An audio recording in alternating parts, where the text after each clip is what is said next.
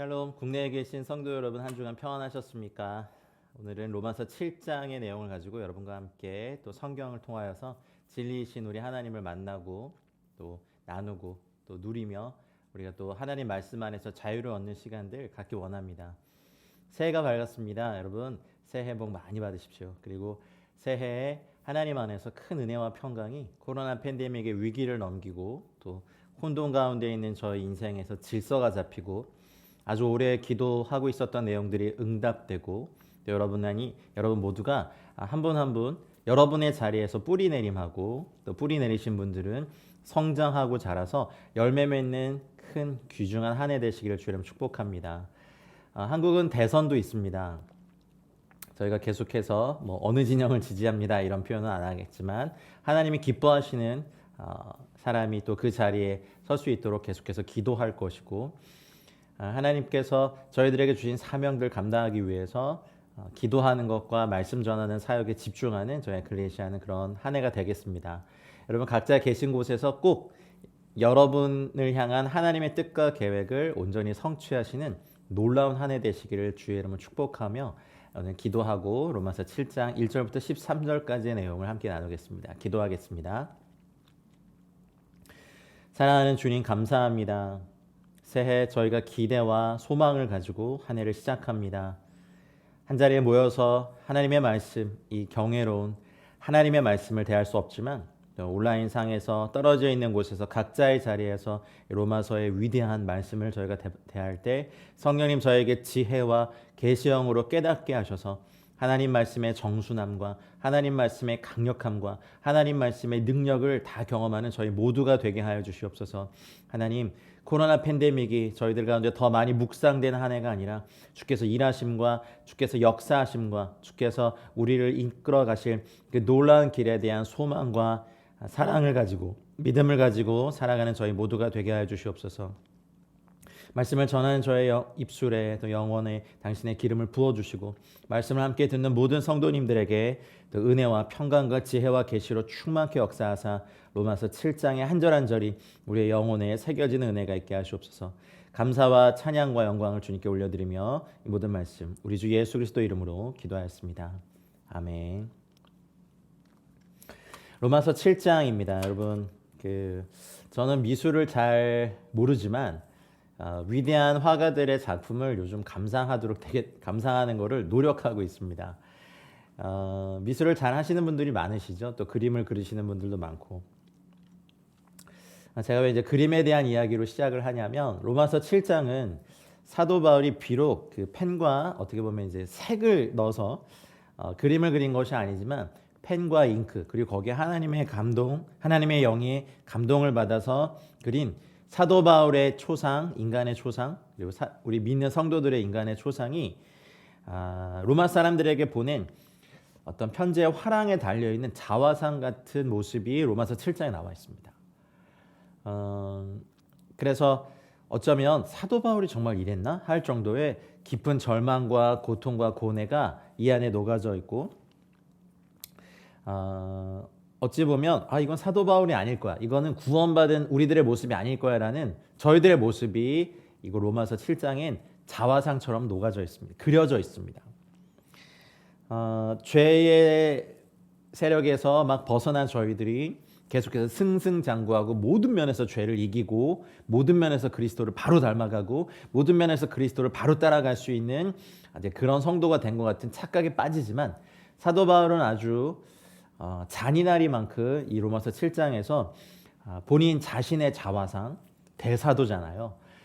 그리고 율법에 정통한 자고 바리새인 중에 바리새인이고 어려서부터 하나님께 대한 열심이 있었고 그러나 그 다음에 사도가 되고 난 다음에 그리고 주님을 위해서 더 열심히 노력하고 많은 사도들보다 더 열심히 삶을 살았던 그도 오호라 나는 곤고한 사람이로다. 누가 나를 이 사망의 몸에서 나를 건져내랴라는 이 말로 이 로마서 7장을 마무리하는 어찌 보면 이 로마서 7장 정말 사도 바울이 쓴 것이 맞을까? 그리고 그리스도를 영접하고 또 하나님의 자녀가 된 저희가 정말 이러한 죄의 모습 안에서 우린 또 괴로워해야 되는 것인가라는 질문과 초상을 저희들에게 던지면서 이 로마서 7장을 펼치고 있습니다. 공고한 사람. 공고한 사람. 저희 개신교회는 어떻게 보면 슬픔과 애통과 비탄을 깊게 묵상하고 또 그것을 깊이 직면하는 영성이 좀 부족해요. 믿음이 있다 그러면 항상 기뻐해야 되고 모든 것에 감사를 찾아야 되고 그리고 오래 슬퍼하면 안 된다고 생각하지만 아니에요, 여러분. 우리 시편을 보든지 또 하나님의 사람의 발자취를 보든지 로마서 한 가운데 로마서 7장이 딱 등장하면서 우리가 직면할 우리 인생의 고달픔, 애잔함, 이해되지 못하는 환난들, 아주 오래된 질병들, 어려움들, 영적인 겨울이 계속 지속되는 것, 가정 내 폭력과 부조리함, 이혼과 외도, 또 자녀들의 질병과 고통들, 말할 수 없는 고통들이 참 많습니다. 공동체를 섬기는 지역교회 목사로서 저도 이렇게 사역한 기간들이 있었는데 성도들을 잘 알면 알수록 마치 제가 이제 주일날 단에서 선포해야 될 말씀을 가지고 딱 섰는데 한 분 한 분의 스토리가 사실 성도들, 목사의 입장에서 다 보이고 들리잖아요. 아무 말 하지도 않았는데 어떤 분은 외부로는 정말 성공한 분이고 공부도 많이 하신 분이고 돈도 많으신 분이고 사회적으로 존경받는 분인데 말할 수 없는 자녀의 아픔이 있고 또 어떤 분은 정말 하나님을 간절히 사랑하고 존경하고 따르기 원하지만 남편의 또 집안에 거듭되는 가정폭력의 희생자로 어려움을 당하시는 분들, 가정에 누구에게 다 오픈하지 못할 어려움 또 아주 오래된 질병이 있는 가족들을 돌보는 사람들의 눈물들, 너무 성도들과 깊이 공감해버리면 그분들의 슬픔이 이런 표현 쓰면 안 되겠지만 마치 천국의 기쁨을 이렇게 잠잠케 하는 것 같은 소리가 들려요. 설교자로서. 그런데 그것들을 무시하고 할 수는 없잖아요. 다 들리지만 슬픔을 또 깊이 애통할 수 있는 시간을 주는 것, 직면할 수 있는 시간을 주는 것, 우리 영성에 굉장한 유익이 있습니다. 고난은, 고통은 다 설명할 수 없어요. 설명하려 해서도 안 돼요. 그러나 그 고난과 고통 속에 숨은 깊은 하나님의 은혜가 있습니다. 그것을 발견하기까지 하나님은 고통의 시간을 우리 가운데 거두지 않아요. 우리가 막 영적 전쟁에서 승리를 일방적으로 선포한다고 해서 끝나는 고통이 아니에요. 우리 인생은 그렇게 얇지 않아요. 물론 우리는 믿음의 믿음의 승리의 어떤 선포에서 우리 삶의 돌파를 얻기 원하죠. 근데 하나님의 정하신 때 우리가 고난과 고통을 통해서 또 우리의 내면의 어떤 어두움과 이 아픔을 직면하지 못하면 얻을 수 없는 그런 시간을 하나님이 허락하신다는 거죠. 그것이 끝나기 전에는 하나님이 그 시간을 거두어가지 않으세요. 로마서 7장에는 그것이 그대로 나타납니다. 곤고한 사람이로다 라고 표현한 이 곤고한이라는 용어는 고통스럽다. 나는 비참하다. 나는 괴로워하는 사람이다 라는 헬라어의 뜻이 있어요. 좀 리마인드를 여러분 시켜드리면 바울이 로마서에서 1장에서 4장까지 믿음으로 말미암는 칭의의 경험에 대해서 선포하고 있고 이어서 5장에서부터 8장까지는 칭의의 결과들을 설명하고 있어요. 다시 말해서 의의 결과로 하나님의 관계가 회복되어서 새 시대에 속한 사람들의 상태가 어떠한 것인가에 대해 언급하면서 사도 바울은 5장에서 주로 나타나죠. 죽음의 세력과 6장에서 주로 나타나는 죄의 세력과 그리고 이 7장에서 나타나는 율법의 세력, 이 세 가지 죽음의 세력 5장, 죄의 세력 6장, 이 율법의 힘 이 7장 이 세 가지에 대해서 자유를 얻은 자들에 대해서 쓰기 위하여서 이제 7장에서는 화법을 인칭을 나를 포함시키면서 본인의 이야기로 이 로마서 7장을 풀어가기 시작합니다. 그러나 읽다 보면 우리가 알아요. 이것은 사도 바울의 이야기가 아니라 바로 우리의 이야기고 몇천 년을 지나고 주님 오실 때까지 이 땅을 이 험난한 삶을 고단한 인생을 살아내야 되는 우리 성도들의 이야기고 우리의 모습이고 나의 이야기입니다.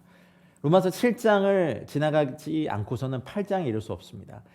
흔히들 우리가 이제 교회에서 주일 예배 때 죄에 대한 회개를 하고 난 다음에 많은 교회에서 선포하는 말씀이 로마서 8장 1절, 2절 이런 말씀이죠. 그러므로 그리스도 예수 안에 있는 자에게는 결코 정죄함이 없나니 라고 선포되는 그 말씀.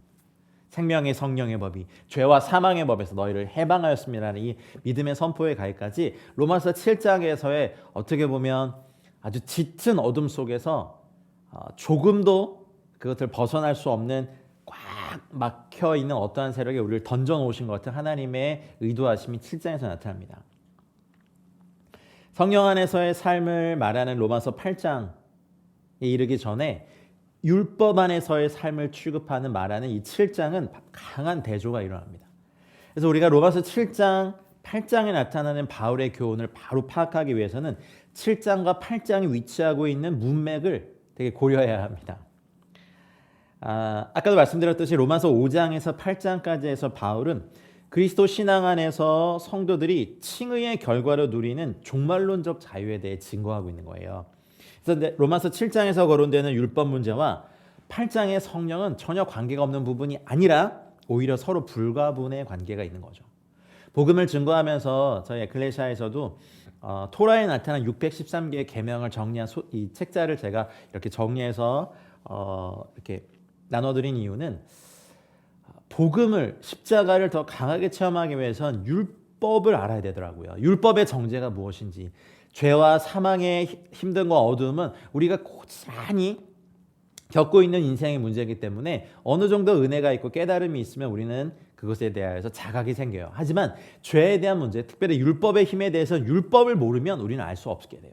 그래서 십자가를 더 강하게 체험하고 주님의 죄사함의 은혜를 더 알기 위해서는 613개의 토라의 계명들을 우리는 더 잘 알아야 됩니다. 그것을 연구하고 또 그것을 지키려고 애쓰다 보면요, 우리는 그것을 다 지키지 못하는 절망감, 그리고 우리는 그걸 죄라고도 여기지 않았는데 우리 민족이 또 우리 세대가 또 내 자신이 아주 마음껏 짓고 있는 죄의 문제가 613개의 계명을 아는 사람들에게는 나타나죠. 그래서 오호라 나는 공고한 사람이로다라는 이 결말에 7장의 결말에 도달하지 않고서는 십자가의 은혜가 우리에게 실제로 다가오지 않습니다.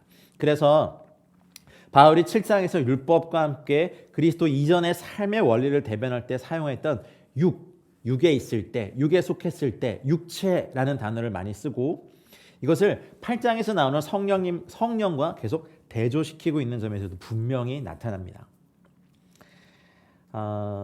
로마서 7장은 성화를 쭉 다뤄가고 있는 문맥에 등장합니다.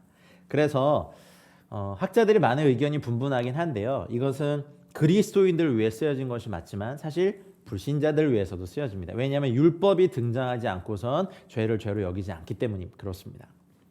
그래서 로마서 7장 1절에서 8장 17절까지의 핵심 용어는 노모스라고 하는 율법이라는 단어가 핵심 용어입니다. 하나님의 목적 안에서 율법의 자리가 무엇인가, 또 율법, 계명 혹은 의문이라는 말이 나오는 율법의 오래된 묵은 조문이라고 하는 그 표현이 도대체 무엇을 뜻하는 것인가, 그리고 은혜 시대에 살고 있다는 저희들, 그래서 십자가 안에서 모든 죄와 저주에서 우리가 구원받았다고 하는 이 시대를 살고 있는 저희들에게 율법의 위치는 무엇이어야 하는 심각한 고민과 질문을 성령님 안에서, 말씀 안에서, 로마서 7장 안에서 저희들은 고민하고 여기에 대한 답을 성경 안에서 찾아야 됩니다. 이미 저희가 살펴본 것처럼 로마서 3장 20절 말씀에 율법은 죄를 드러낸다라는 말씀을 저희가 이미 여러 번 살펴봤어요. 살인하지 말라 하셨다는 계명이 없었다면 살인이 죄라고 드러나지 않아요. 간음하지 말라라는 그 계명이 없었다면 이 세상에서는 사랑에 빠져서 남녀가 같이 그렇게 하는 것이 무엇이 죄냐라고 하지만 간음하지 말라는 하나님의 율법이 없었다면 그것은 죄로 드러나지 않아요. 그래서 율법은 죄를 드러내고 또 죄인을 심판하고 로마서 4장 15절 같은 말씀에 나와 있는 것처럼 죄를 범죄로 규정합니다. 그리고 진노를 이루죠. 그리고 심지어 5장 20절 말씀 같은 데서 나타나는 것처럼 범죄를 더하게 하려고 율법이 보태졌다라는 표현을 쓰십니다.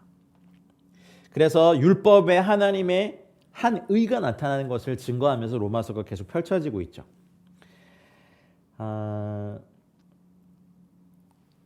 이번 장에는 읽다 보면요, 7장 4절 같은 데 보면 이제 율법에 대하여서 죽임을 당하였다는 표현이라든지 7장 6절에서 보면 율법에서 벗어났다, 이런 표현을 바리새인 중에 바리새인, 유대인이 사도 바울이 감히 씁니다.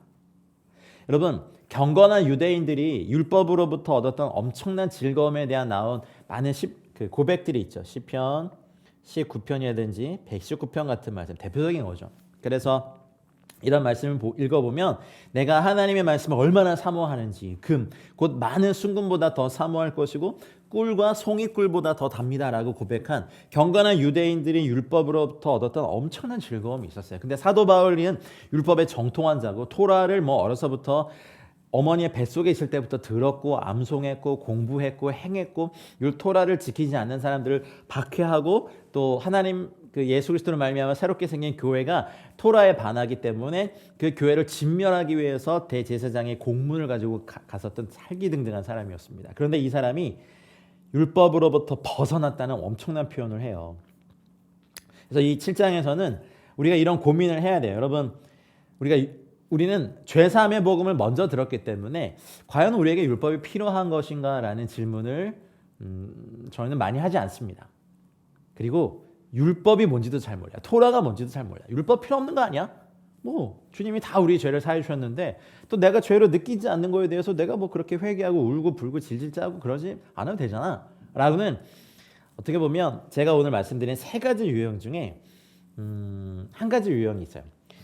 제가 좀 이렇게 말씀드리면 여러분 로마서 7장에서 사도 바울이 정죄하는 세 가지 유형이 있는데 율법주의자라고 그냥 제가 표현할게요. 율법주의자들은요, 율법을 두려워해요. 율법을 너무 사랑한 나머지 율법을 두려워하고 그것에 속박되어 있어요. 전형적으로 유대인들이 그것을 나타내죠. 그래서 토라 그 말씀이신 태초부터 있었던 생명의 말씀이신 말씀 그 자체이신 예수님이 육신을 입고 이 땅에 오셨을 때 그분을 알아볼 수 없었어요. 지금도 이렇게 신앙생활 하다 보면 예수님께서 십자가에서 이 모든 것을 이루시고 율법을 완성하고 죽으셨음에도 불구하고 어디 가서 들은 말씀처럼 또 안식일을 지키지 않는 이 땅의 교회는 타락한 교회다라고 몸된 주님의 몸된 교회를 정죄하고 성도들에게 혼란을 주는 사람들을 가끔 만나봐요. 여러분, 안식일만이 율법이 모든 것이 아닙니다. 제가 말씀드린 것은 율법을 지켜서 의를 얻기 위하려면 율법 613개를 다 지켜야 됩니다. 그래서 그런 또 믿음이 없는 분들, 말씀의 깊이가 없는 분들은 또 그런 말 듣다 보면 정말 그런가? 그러면 안식일을 지켜야 되는 거 아니야? 라고 하면서 율법의 일부분을 발췌해서 그것을 지키지 않는 모든 신약의 성도들, 저희 몸된 교회의 형제 자매들을 정죄하고 비판하는데 아주 앞장서서 나가죠. 저는 이런 분들을 좀 율법주의자라고 얘기하고 싶습니다. 여러분, 율법의 한 가지를 강조하시려면 613개의 율법 모두를 지키셔야만 그것이 가능합니다. 이따가도 보겠지만 율법은 선해요. 율법 자체가 악하진 않아요. 율법이 드러내는 죄가 문제예요. 근데 이것을 부인하고 우리가 십자가를 만들어서 걸어놓지만 십자가를 숭상하진 않잖아요. 저희 기독교인들에게 성도들에게 십자가가 우상인가요? 아니에요. 여러분, 우리는 십자가를 기억하고 십자가를 바라보기 위하여서 우리는 그것을 만들고 교회에 걸어놓죠. 우린 그것에 직접 예배하지 않아요. 여러분, 토라를 공부하시고 율법 613개의 계명을 외우는 건 좀 정말 선하고 저는 열심히 권하드리고 싶습니다. 아셔야 됩니다. 그래야 내가 죄사함 받은 죄의 무게와 크기가 무엇인지 알 수 있습니다. 그런데 또 두 번째 극단이 있어요. 이거를 어떻게 얘기할까요?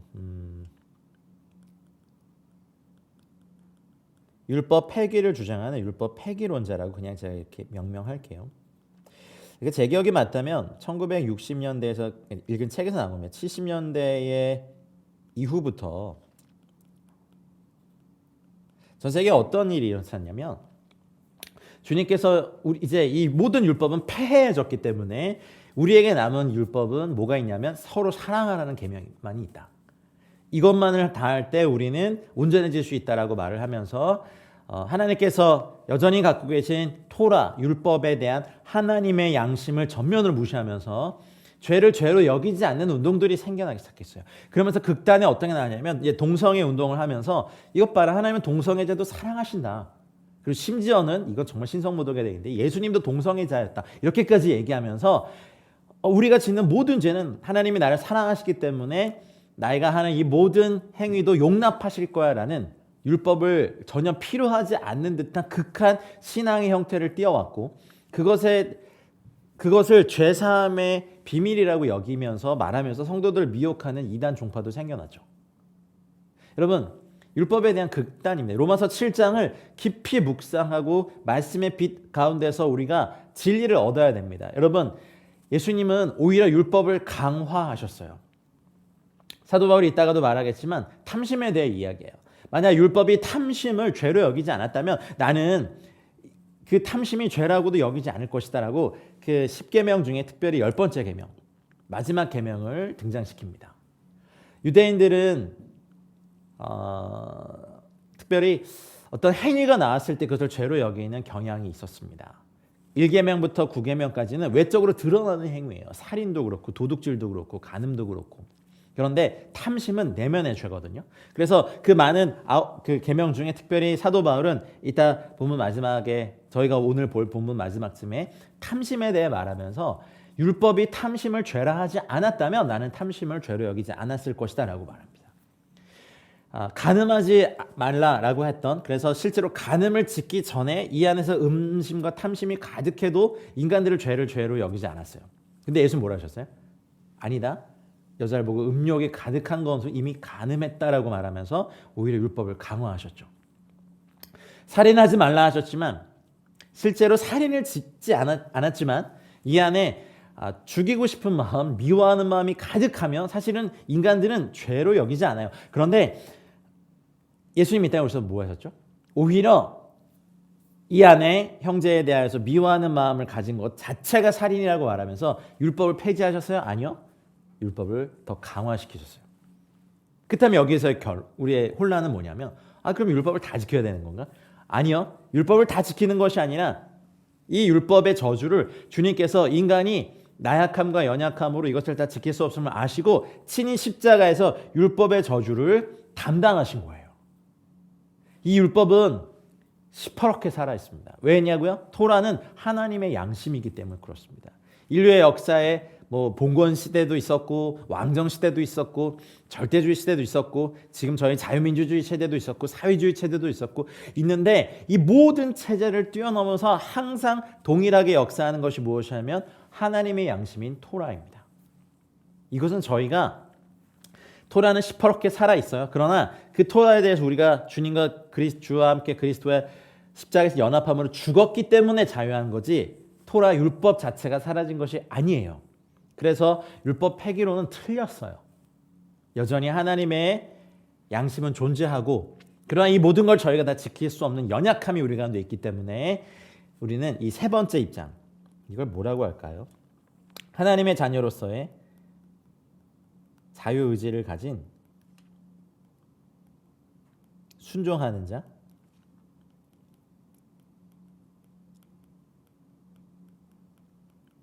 저희들은 토라 하나님의 계명을 사랑해요. 그것을 또 지켜요. 성취해요. 그러나 그 지키고 성취하는 것 자체가 우리를 의롭게 만들 수 없다는 걸 인정해요.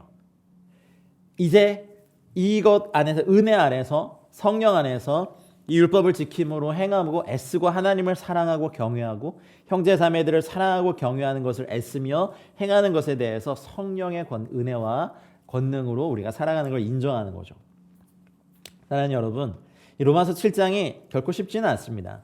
그러나 저와 함께 또 성령님과 함께 로마서 7장 한 절 한 절을 보시면서 더 이상 우리가 율법주의자, 극단적 율법주의자로 빠져서 율법의 일부만을 가지고 다 지켜야 된다는, 그리고 그것을 안 지키는 형제자매들 비난하는 극단에 빠지지도 마시고 율법은 다 필요 없어. 그리고 주님이 나를 사랑하시고 이걸 다 용납해 주시니까 난 마음대로 할 거야 라고 사는 이 율법 폐기론자로도 사시지 마시고 우리가 율법의 죄와 저주의 힘에서 자유롭게 됐지만 이 자유를 가지고 기꺼이 자발적 종이 되어서 이제 주님을 섬기기 위해서 하나님의 계명들을 지키는 이 3번의 입장을 가지신 저와 여러분들 되시길 주의 이름으로 축복합니다. 그래서 하나님의 율법을 즐거워하고 그 율법을 주야로 묵상하시고 그 율법을 살아내시고 그 율법으로 즐겁게 이 땅을 살아내신 저와 여러분들 되시길 바랍니다. 자, 로마서 7장 1절로 가겠습니다. 계신 자리에서 같이 한 목소리로 읽어주시죠. 시작. 형제들아, 내가 법 아는 자들에게 말하노니 너희는 그 법이 사람이 살 동안만 그를 주관하는 줄 알지 못하느냐. 이 구절에 법이란 단어가 두 번 나와요. 여기도 한 번 나오고 노모스 여기도 한 번 나오고. 이제 사도 바울은 이 편지를 받는 성도들이 알고 있으리라고 생각하는 원리를 진술해요. 그게 뭐냐면 법은 사람이 살 동안만 그를 큐리오, 요 단어 주관한다. 어떤 구속력이 있다라는 단어죠. 법은 사람이 살아있는 동안만 그에게 구속력이 있다. 이런 단어예요. 한 사람이 사망하게 되면 그 사망한 사람과 관련된 모든 계약상 의무들에서 사실 벗어나게 됩니다. 사망하면 또 법에 의해서 확립되고 보호받는 관계들은 사실 다 종결되죠. 그러므로 여러분 이게 정말 상식인데 법은 살아있는 사람을 위한 것입니다. 죽음은 그것을 무효로 만듭니다. 바울은 이 점을 보편적으로 받아들여지고 도전의 그 여지가 없는 법적 원리로 진술을 시작해요.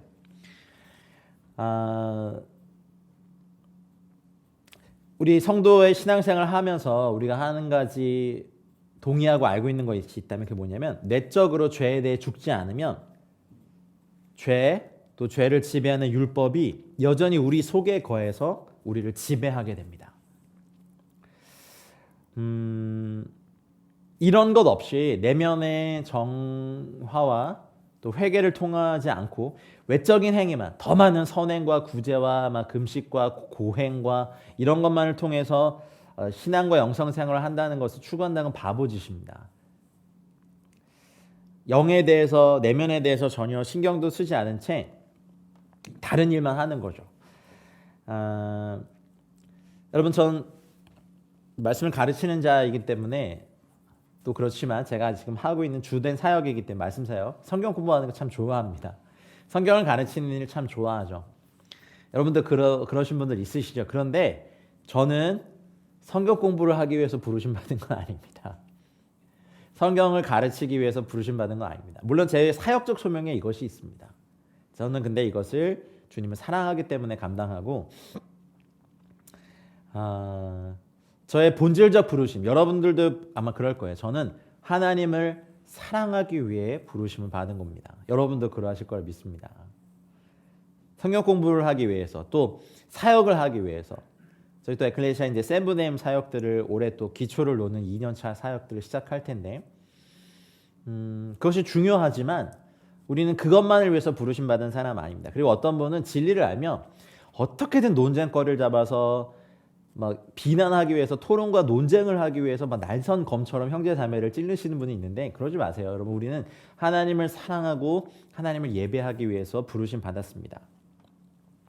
그런 통계를 본 적이 있습니다. 우리 한국 사람들은 어떤 일이 딱 생기면 감정적으로 일단 접근합니다. 그래서 옳고 그름을 일단 떠나서 어떻게 네가 나한테 그럴 수 있어? 라는 감정적인 반응이 약 70% 정도 된대요. 그리고 난 다음에 이성적으로 생각하는 것이 약 30% 정도 된대요. 근데 서구의 사람들은 이것이 좀 바뀌어요. 합리적인 사고방식을 많이 훈련해서 그런지 이성적인 방법이 30% 반응이 있고 그 다음 70% 반응이 있고 감정적인 반응이 30%인데 왜 제가 이런 말씀 드리냐면 유대인들은 어떤 감정이나 이성보다는 법으로 여기 보면 법으로 접근하기 때문에 유대인들은 굉장히 냉정합니다. 부모와 자녀 간에서도. 그래서 사도 바울도 유대인이잖아요. 히브리인이잖아요. 그래서 법을 잘 아는 그들에게 율법에 대해 우리가 죽었다는 사실을 이제 예를 들어 설명하기 위해서 법을 꺼내요. 한국 사람들은 감정적으로, 서양 사람들은 이성적으로 반응하지만 유대인들은요. 법적으로 반응하거든요. 왜냐하면 평생을 몇천 년간을 하나님의 법이 그러한가 아닌가를 계속해서 어려서부터 토라를 암송하고 묵상하고 토라에 대해서 이렇게 하고 삶의 규범을 찾았던 그들에게 법으로 말해야 돼요. 그래서 로마서 7장에 대해서는 물론 이방인들에 대한 것도 있지만 일반적인 원리와 또 법으로 말하기 좋아하는 그래서 법 때문에 굴복하는 유대인들을 향한 이 서신서이기도 합니다. 이제 율법에 대해 우리가 죽었다는 사실을 부부의 예로 들게 됩니다. 자, 2절을 같이 읽어주시죠. 자, 시작. 남편이 있는 여인이 그 남편 생전에는 법으로 그에게 매인바 되나 만일 그 남편이 죽으면 남편의 법에서 벗어나느니라. 아멘. 유대 사회는 가부장 제도입니다. 하나님께서 그렇게 만드셨습니다. 그래서 여자가 결혼하면 법적으로 남편에게 종속됩니다. 여기 휘판드로스라는 요 단어가 있어요. 이게 휘파 여기서 이제 어미가 바뀌었죠. 근데 휘포가 원래 뭐냐면 뭐뭐 아래예요, 아래. 그리고 안드로스 요 단어가 안드로스가 남자. 그러니까 남자 아래에 묶이는 거예요. 남자 아래에 있는 남자에게 종속되는 이것을 결혼한이라는 단어를 써요. 그래서 결혼하면 법적으로 남편에게 종속돼요. 남편이 폭력을 행사하는 남편일지라도 법적으로 이혼할 수 없어요. 유대 사회에서는. 근데 남편이 살아있는 한 부부관계를 끊을 수가 없어요. 근데 나중에 이 남자들의 죄성이 유대 사회에 어떻게 됐냐면 가령 이렇게 아내의 어떤 모습이 되게 마음에 안 들면 그것을 이혼 사유로 써서 이혼 증서만 써주면 다 이혼이 가능해요. 그렇게 남성들의 죄성이 부부관계를 마음껏 이렇게 깨트리게 만든 거죠. 그래서 예수님이 계실 때도 바리새인들 뭐 그렇게 물었죠. 이혼 증서를 써주는 게 맞습니까? 근데 누구든지 음행한 연고 없이 아내를 버리면 간음하게 만드는 거고 간음의 죄를 짓는 거다라고 예수님은 오히려 그 본질을 꿰뚫어 버리셨죠. 그렇게 아내를 버리고 난 다음에 유대인들은 떳떳한 거예요. 야, 모세가 그렇게 이혼 증서 써주면 된다 그랬어 라고 해서 법적으로 그 모든 걸 만들었기 때문에 법으로 이 혼인관계를 예를 들어서 설명하기 시작합니다. 폭군이 남편이라도 아내가 만약 남편이 보기 싫어서 다른 남자와 결혼하면 그 순간 간음한 여자가 되어서 죽임을 당합니다. 이후에 어쨌든지 간에. 그래서 법은 되게 무서웠습니다. 그냥 남편이 죽으면 이제 이야기는 좀 달라져요. 즉시 결혼 반지 빼고 그날로 다른 남자와 결혼하더라도 누구도 음부라고 음탕한 여자라고 욕하지 않아요. 왜냐하면 율법은 남편이 살아있는 동안만 효력이 있기 때문에 그래요.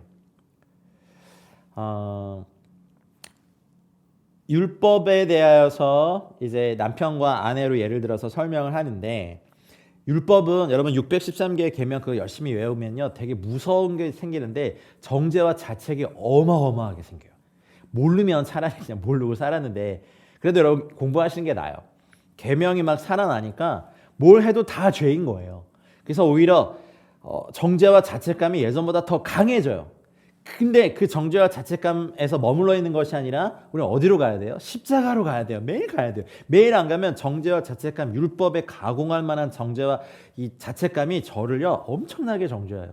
율법을 공부하신 분이 그래요. 하지 말아라, 하지 마라, 이건 해야 된다, 하지 말아라, 해야 된다. 이것이 끊임없이 있으면서 율법을 지키지 못했어, 너는 정죄받아야 돼, 넌 죽어야 돼. 이런 것이 계속 정죄가 오니까 율법은요 사실 우리에게 되게 무서운 존재예요. 폭력을 계속 행사하는 남편과도 같은 거죠. 벗어날 수 있는 유일한 것이 있는데 남편이 죽거나 우리가 율법에 대해 죽어야 되는 거예요. 율법은 아무리 잘해도 칭찬이 없어요. 잘하면 당연한 거예요. 못하면 대신 어마어마한 가공할 만한 정죄와 판단이 있어요. 성경 공부를 많이 하면 할수록 특별히 토라를 많이 공부하면 할수록 이 어마어마한 특별히 레위기 이후에 그 레위기 민수기 신명 이렇게 계속 하다 보면 이 많은 정죄와 규칙이 사실 압박을 합니다. 근데 계명을 알아야 십자가의 은혜가 더 큽니다. 여러분 토라를 아셔야 됩니다. 십자가의 은혜가 더 커지려면 토라를 아셔야 됩니다. 율법에 대해 죽으면 더 이상 율법이 우리를 향해 이래라 저래라 할 수 없어요. 왜냐하면 율법은 죄와 똑같이 살아있는 매개체를 통해 활동하기 때문에 그래요. 죄나 율법은 대상이 죽으면 역사할 수 없어요. 이게 비밀이에요. 우리는 율법에 대해 죽었기 때문에 더 이상 율법이 우리를 지배할 수 없는 거예요. 율법으로 벗어나는 길은 우리가 죽든지 아니면 율법이 죽든지 둘 중 하나인데 율법은 죽을 수가 없어요. 왜냐하면 율법은 하나님이 주신 거룩한 법이기 때문에 그래요. 하나님이 주신 율법은 거룩하고 계명도 거룩하고 의로우며 선한데 그렇다면 우리가 죽는 길밖에 없거든요. 율법에 대해 죽어야 율법으로부터 자유로울 수 있어요. 여기에서 바울의 의도는 죽으면 모든 관계가 단절된다는 사실을 비유로 든 거죠. 옛날에 어떤 선배 목사님 우스갯소리로 그런 얘기 하신 거 봤어요.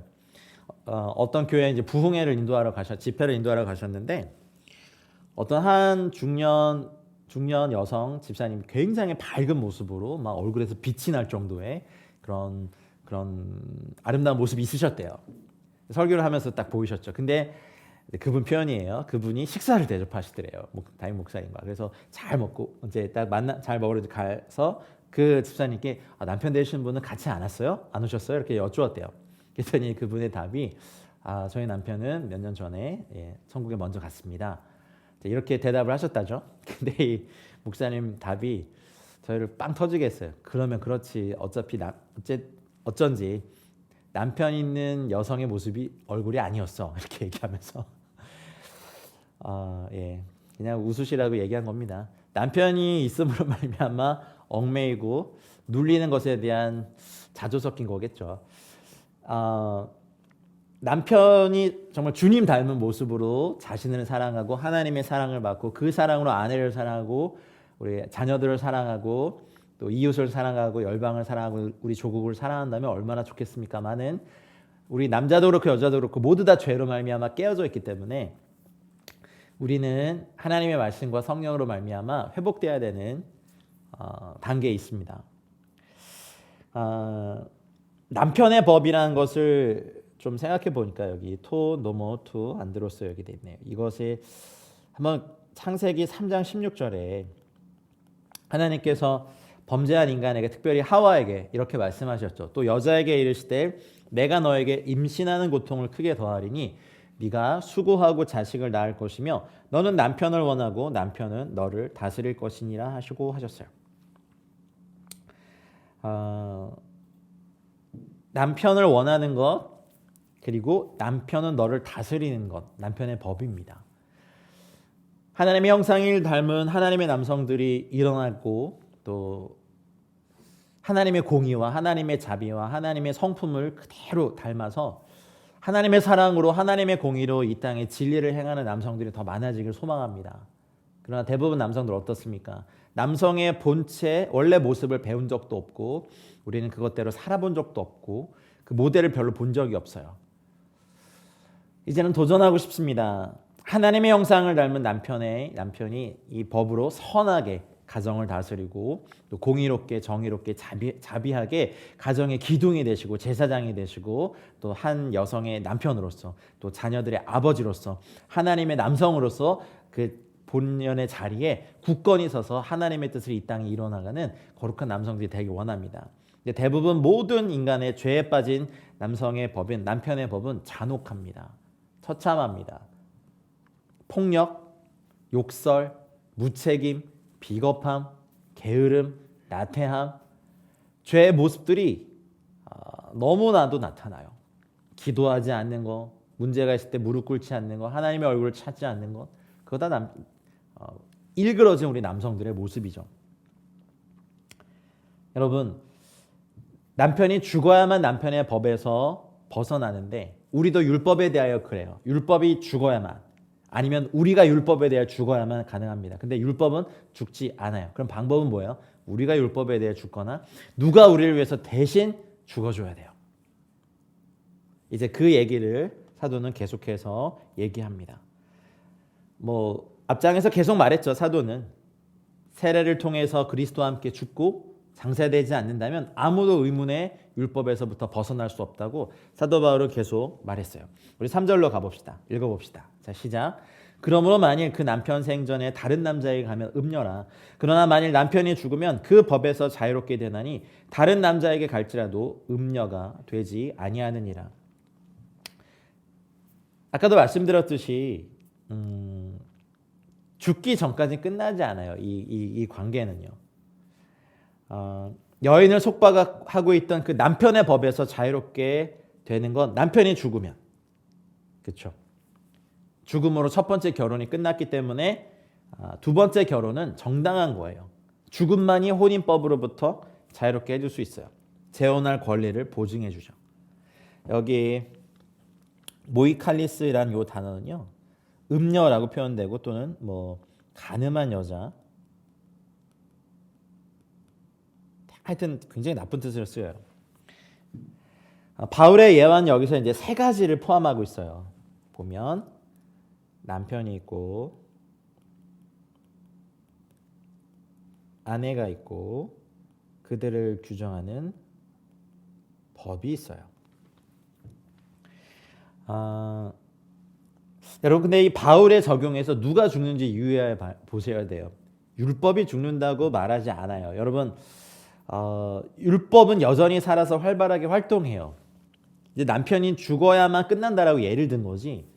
근데 우리가 율법과 복음, 율법과 성도, 우리의 관계를 볼 때 율법은 1.1획도 천지가 사라지기 전까지, 아니 천지가 사라져도 사라지지 않아요. 여러분 착각하지 마셔요. 여러분 613개 토라에서 나온 계명들, 규례들 제가 아시라고 꼭 공부하시라고 권면해 드리는 이유는요.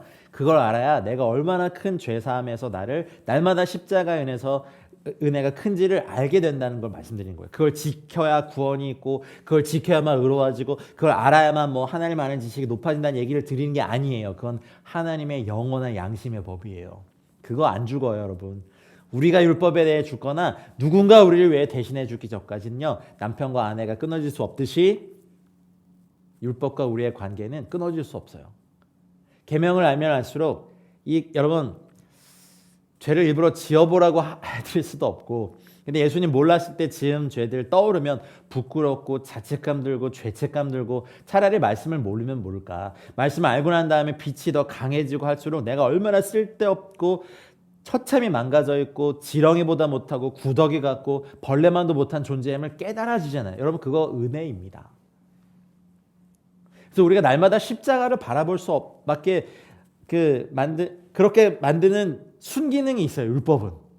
율법을 모르면 이 정도면 뭐 나는 죄도 안 짓고 이런 죄책감도 없으니까 나는 괜찮지라고 하지만 그런 분들이야말로 상태가 심각한 거예요. 자기의 죄와 저주와 처참함과 비참함에 대해서 울어본 적도 없고 거기에 대해서 무언가 하나님 앞에 옷을 찢어본 적도 없고 마음을 찢어본 적도 없고 아주 오래된 묵은 밭을 기경해 본 적도 없는 아주 심각한 영적 문둥병자입니다. 여러분 죽어야만 혼인의 의무가 종식됩니다. 자유롭게 되는데 엘류데로스라는 기본형이 있죠. 엘류데라 이거는 free from something, 뭐 어떤 것에서부터 자유롭게 된다. 어떤 것에 대해서 빚이 면제됐다. 어떤 것에 얽매이지 않는 멍에서 완전 자유롭게 된 아주 놀라운 단어예요. 그런데 성도와 율법 사이의 관계는 그리스도 안에서 죽은 후에도 존재하죠. 그런데 이전과는 전혀 다른 존재예요. 그런 예를 하나 들어드릴까요? 남편과 이렇게 살다가 한 여인이 남편을 잃었어요. 사별했습니다. 너무 사랑했기도 했고 너무나 또 슬프고 혼자 있을 것이 외로워서 죽은 남편을 미라로 만들어요. 미라로 만들어서 거실 유리 상자 속에 이렇게 넣어두고 집에 들어오고 나갈 때마다 여보 안녕, 여보 갔다 왔어, 여보 사랑해 라고 인사를 했다고 그냥 가정해 봅시다. 근데 만약 이 여인 몇 달 동안 그렇게 지내다가 이 여인이 너무 우울해서 뭐 어디 여행을 가요. 여행을 갔는데 아주 근사한 신사 남성을 만나서 아주 아름답게 연애를 시작하고 사랑에 빠지게 되고 결혼을 약속하고 이 남성이 여인이 사는 집에 왔다고 가정해 봅시다. 근데 딱 들어왔는데 거실 가장 좋은 자리에 미라로 만들어진 옛 남편이 있고 항상 거기에 인사를 하는 자기가 이제 신부로 맞이할 여인을 봤을 때 이 남성이 여러분이라면 어떻습니까? 이제 기겁을 하지 않을까요? 당장 그거를 저 같은 경우 만약 그랬다면 그걸 유리 상자째 땅에 묻어버릴 거예요. 좀 극단적인 비유이긴 한데 이런 걸 좀 마음에 새겨두셔야 돼요. 우리가 율법과 죄에 대해 죽었는데 우리가 스스로 그것을 미라로 만들어서 내 마음 거실 안에 가장 좋은 자리에 딱 놓고 죽은 옛 남편인 율법의 지배 아래 살고 그 악취와 그 썩어져가는 모습과 막 그런 것을 보는 것이 우리 신앙생활의 모습이 아니지 않습니까? 무거운 책임감으로 벌 받을까 두려워하면서 의무감으로 생활하는 것이 예수님이 우리에게 허락하신 진정한 구원의 축복이 아니에요. 사랑하는 여러분, 우리 4절로 갑시다. 같이 읽을까요? 자, 시작. 그러므로 내 형제들아 너희도 그리스도의 몸으로 말미암아 율법에 대하여 죽임을 당하였으니 이는 다른 곧 죽은 자 가운데서 살아나신 이에게 가서 우리가 하나님을 위하여 열매를 맺게 하려 함이라. 여기 나왔네요. 죽임을 당하다라는 그 에다나 토데테라는 것은요, 사나토라는 요 단어의 수동형이에요. be killed, 죽임을 당한 거예요. 근데 중요한 단어가 있어요. 디아는 무엇을 통하여, to 소마토스 to 크리스토, 여기 나오죠. 그리스도의 몸을 통하여, 그리스도의 몸으로 말미암아 율법에 대해 죽임을 당하는. 그렇다면 이제 이해가 되시죠? 남편과 아내의 예를 들어드렸어요. 남편이 죽어야 끝나는데 어떻게 보면 남편으로 비유한 율법은 영원히 죽지 않아요. 하나님의 양심이니까. 천지가 사라져도 율법은 사라지지 않아요. 그렇다면 우리가 죽거나 우리를 대신해서 누군가 죽어야 되는데 이제 4절에 엄청난 선포를 합니다. 여기요. 디아 소마토스 투 크리스토. 그리스도의 몸을 통하여 그리스도의 몸으로 말미암아, 그러니까 우리가 그리스도의 몸과 연합했을 때 율법에 대하여 에다나 토데테, 여기 죽임을 당하였으니, 여러분 이거 설명을 제가 표현력 여기까지. 근데 여러분 이거 너무 중요한 단어예요. 내가 죽어야 되는데, 내 남편이 죽거나 내가 죽어야 되는데 죽을 수 없으니까 그리스도의 몸을, 디아 소마토스 투 크리스토, 그리스도의 몸을 통하여 그리스도의 몸과 연합하여 그리스도의 죽으신과 연합하여 그리스도의 십자가와 연합하여 율법에 대하여 죽임을 당하였으니, 할렐루야, 할렐루야. 우리가 그리스도를 구주로 영접할 때 여러분 두 가지 일이 일어나거든요. 우리는 먼저 그리스도의 몸을 말미암아 그리스도의 몸을 통하여 율법에 대해 죽습니다. 뭐 그게 그렇게 중요한가? 중요합니다. 중요합니다. 여러분, 이 율법은 하나님의 양심입니다. 토라는 하나님의 기준이에요. 이 땅의 법이 뭐라고 하든 헌법이 뭐라고 지정하든 여러분, 토라 하나님의 말씀은 변개치 않아요. 바뀌지 않아요. 1.1핵도 사라지지 않아요. 그거는 마지막 때 모든 인류를 심판하실 하나님의 기준이에요. 그 율법의 기준으로 보면 성경 공부를 하는 저와 여러분 그 누구도 단 한 명도 통과할 수 없어요. 다 지옥의 저주에, 지옥의 불 앞에서 다 죽어야 되는 저희가 그리스도로 말미암아 디아 소마토스 투 크리스토, 그리스도의 몸을 통과하여 그리스도의 죽으심과 연합하여 율법에 대해 죽은 거예요. 예수 그리스도의 십자가에 죽으실 때 우리도 율법에 대해 죽은 거예요. 그 어마어마한 가공할 죄책감과 그 죄와 저주와 영원한 불지옥에서 우리를 던지셔서 우리를 죽이실 그 모든 죄와 저주에서 우리는 죽은 거예요. 이것이 복음의 핵심이에요. 십자가의 비밀이라고요. 우리가 율법을 모르니까 뭐 그게 그렇게 큽니다. 하나님의 양심을 우리는 무참히 짓밟았어요. 하나님의 슬픔을 우리는 즐긴 사람들이에요. 목이 뻣뻣해서 하나님의 외침을 대놓고 거역한 사람들이라고요. 목적이 있어요. 이는 다른 이, 여기 다른 이 누굴까요? 우리 주 예수 그리스도십니다. 다른 이. 죽은 자 가운데서 살아나신 이에게 가서 우리가 하나님을 위하여 열매를 맺게 하려 함이라. 할렐루야. 아까 말씀드렸죠. 먼저 율법에 대해 죽고 그리스도와 혼인관계에 들어갑니다. 그리스도를 우리가 구주로 영접하기 전에는 율법이 우리를 지배했어요. 미라, 그 상자 기억하십니까? 죽음이 우리를, 죽음의 향기, 죽음의 열매, 죽음의 썩은 냄. 여러분, 사도 바울이 오늘은 안 하겠지만 로마서 7장의 마지막 부분에 누가 나를 이 사망의 몸에서 나를 구원하라는 그 사망의 몸이 뭔지 아세요? 물론 우리 죽을 몸도 얘기해요. 그러나 그 당시 로마의 처형 방법 중에 뭐가 있었냐면 죽은 시체와 얼굴과 얼굴을 맞대고 손과 손을 같이 묶고 마주보고 같이 묶어놔요. 어떠시겠어요, 여러분? 그러면 그 시체의 썩음이 죽음의 역사가 나에게 그대로 몇 날 며칠 동안 역사하면 나도 같이 썩어서 죽는 가공할 만한 되게 무서운 형벌이 사망의 몸의 형벌이에요. 그러면 우리가 아직 율법에서 벗어나지 못했다고 하는 것은 그 사망의 몸에 내가 계속 묶여 있는 거예요. 내 눈앞에 눈이 막 썩고 들어가고 있는 시체가 이렇게 같이 묶여 있는 거예요. 손이 썩어 들어가고 뭐 생기가 있고 생명이 있을 때는 아름다운 사람이었고 멋있는 사람이었고 지식 있는 사람이었고 교양 있는 사람이었을지 모르지만 죽은 시체를 묶어버리면 그거는 죽음 덩어리밖에 안 되잖아요. 율법에 대해서 우리가 죽었어야 되는 그 몸을 주님께서 이걸 끊어버리시고 자신이 대신 죽으심으로 우리는 그리스도와 연합하여 살아나신 이에게 연합하여 우리가 하나님을 위하여 열매를 맺게 하려 하는 것이 놀라운 비밀입니다. 그리스도를 영접했을 때 우리에 대한 율법의 지배는 끝났습니다. 할렐루야. 이것이 죄사함의 비밀입니다, 여러분. 마치 남편이 죽었을 때 그 부인이었던 여자가 자유롭게 되어서 이제 재혼할 수 있는 것처럼 우리는 율법에 대해서 완전히 죽었습니다. 우리가 율법에 대해 죽은 이유는 예수 그리스도와 연합하기 위해서입니다. 연합이란 결혼을 뜻하잖아요. 결혼은 또 한 몸이 되는 것을 나타내죠. 그러니까 이제 옛 남편이 율법과는 전혀 상관이 없는 거예요. 근데 여기 보면 이제 열매를 맺어야 되잖아요. 열매. 그냥 육신적인 결혼을 예를 들게요. 신부가 결혼을 했는데 아기를 낳기 위해서는 결혼식 날 사랑 딱 한 번 고백하는 것만으로 충분하지 않죠. 또 신랑에게 마음만 줘서도 안 돼요. 몸을 내어줘야 돼요. 그러니까 일반적인 그냥 육신의 결혼을 얘기해도 그래요. 그래야 그 가정에 아기가 태어납니다. 마찬가지로 우리가 예수님을 구주로 영접하는 순간 딱 한 번 주님께 사랑 고백해요. 그리고 그 다음부터는 주님과의 사랑의 관계를 맺지 않고 제멋대로 살면 성령의 열매를, 우리 삶의 열매를, 인격의 열매를 맺을 수 있습니까? 없습니까? 없습니다.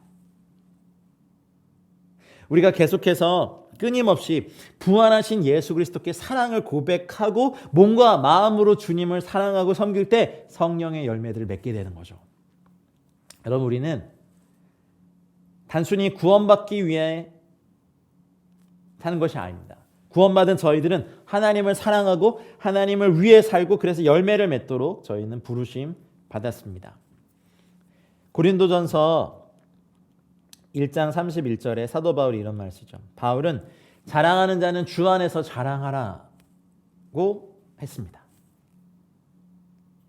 빌립보서 1장 20절 21절에 유명한 말씀이죠. 나의 간절한 기대와 소망을 따라 아무 일에든지 부끄러워하지 아니하고 지금도 전과 같이 온전히 담대하여 살든지 죽든지 내 몸에서 그리스도가 존귀하게 되게 하려 하느니 이는 내게 사는 것이 그리스도니 내가 죽는 것도 유익함이다. 할렐루야. 아내가 남편이 살아있는 동안 남편에게 매어 있고 남편에게 져야 할 의무가 있듯이 죄인도 하나님의 율법에 져야 할 의무가 있습니다. 모든 사람이 죄인으로 태어났고 죄인인 인간은 율법과 결혼한 상태로 태어나거든요. 그래서 율법 아래에 있으면 저주예요. 그러나 다시 태어남으로 거듭남으로 말미암아 그리스도와 연합하고 다시 태어나면 이제 종의 멍에가 아니라 자유인의 이 신분을 얻고 하나님의 자녀가 되죠. 근데 이 스스로 멍에를 벗을 수 없어요. 율법으로 말미암아 우리가 져야 될 책임이 있죠. 갈라디아서 2장 19절 말씀에 내가 율법으로 말미암아 율법에 대해 죽었나니 이는 하나님에 대하여 살려 함이라. 이제 알았죠? 여러분, 사망의 몸을 기억하시기 바랍니다.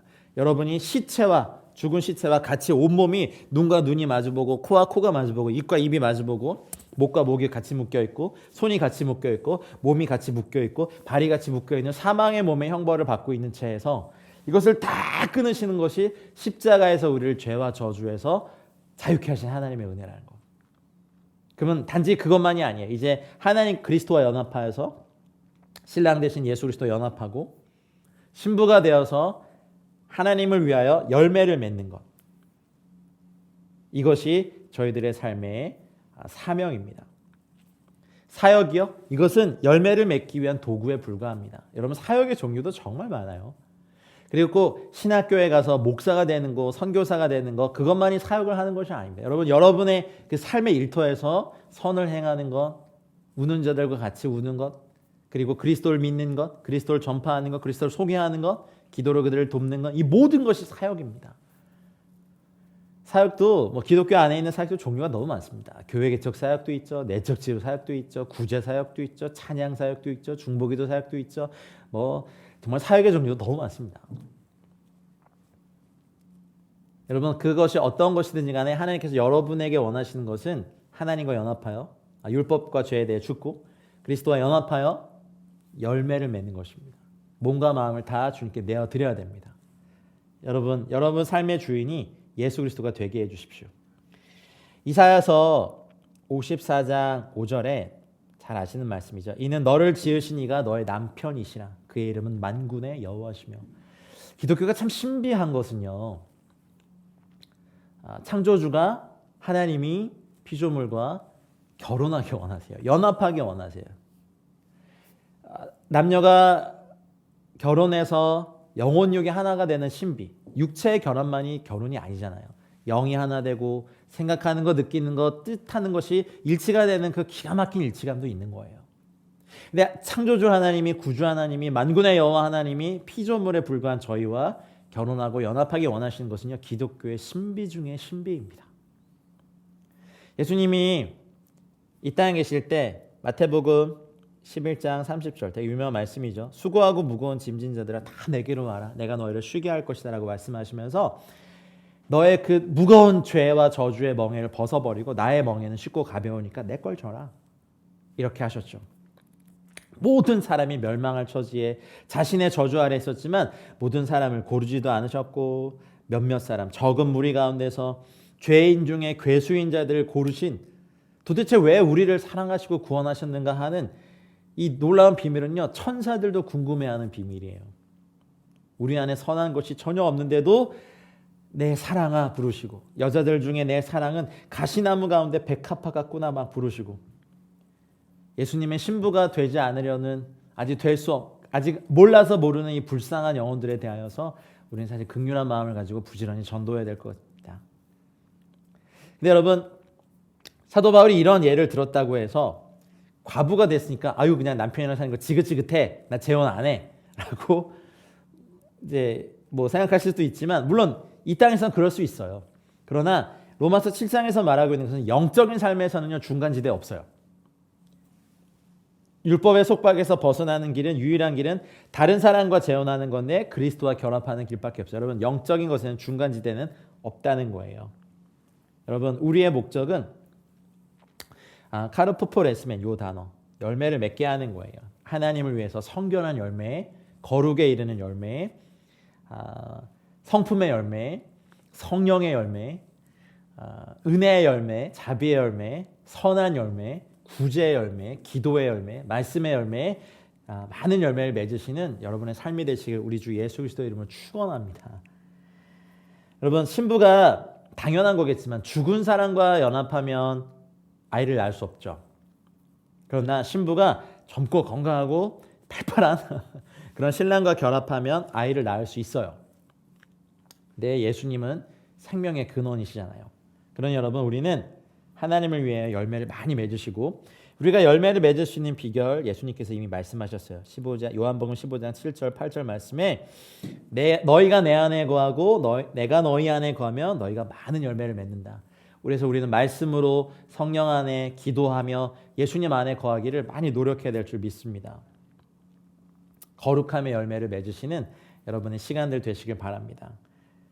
자, 5절로 넘어가겠습니다. 같이 읽겠습니다. 시작.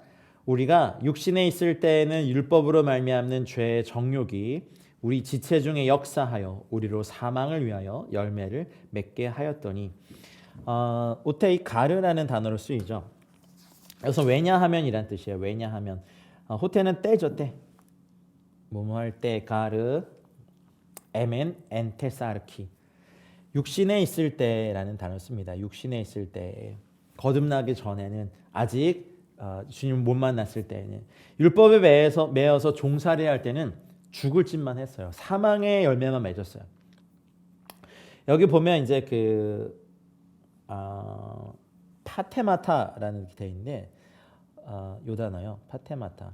이게 여기서는 정욕으로 번역이 되어 있는데 신약 성경의 대부분의 그 용례에서는요. 주된 의미는 고난이에요. 고난. 한 85% 정도는 고난이란 뜻으로 쓰여요. 파테마타 요 단어가. 근데 여기서는 정욕이라고 번역했죠. 율법으로 말미암는 죄의 고난이 율법으로 말미암는 죄의 정욕이 우리 지체 중에 역사한다. 여기서부터는 이제 믿지 않는 사람들도 있지만 아직 우리 안에 거듭났지만 아직도 육에 속한 연약한 영역이 있을 때 있는 영역에 역사하는 것을 사도 바울도 설명해주고 있습니다. 율법은 우리에게 어떤 역할을 합니까, 여러분? 우리의 욕망을 부채질해서 죄를 범하게 만듭니다. 우리에겐 참 이상한 본성이 있어요. 하지 말라고 하면 더 하고 싶어하는 못된 본성이 있어요. 그렇지 않습니까? 죄는 우리에게 사실은 그 율법을 가지고 부추겨요. 야, 우상 숭배하지 말라는 계명이 있지 않냐? 근데 조상 숭배는 괜찮은 거야. 해봐. 이런 식으로 충동질하게 되죠. 그러다가 여기에 걸려서 넘어지면 죄에 질질 끌려다니죠. 그래서 죄의 고난이, 죄의 정욕이 우리 지체 중에 역사하는 게 맞아요. 이제 사도 바울은 아주 굉장히 깊이 율법과 복음의 관계를 깊이 묵상하고 깨달으면서 이제 자신의 이 깨달음을 로마서를 통해서 저희들에게 전달해주고 있는 거예요. 단숨에 뭐 담배를 끊거나, 뭐 술을 끊거나, 뭐 도박을 끊거나, 어떤 뭐 포르노를 끊거나, 뭐 도둑질을 끊거나, 사기를 끊거나 하시는 분들이 있지만 그리스도인이 되고 난 다음에도 여전히 그것에 대해서 넘어지는 분들이 있는 것이 사실은 저희가 불편한 진실입니다. 우리 안에도 그런 것이 있고요.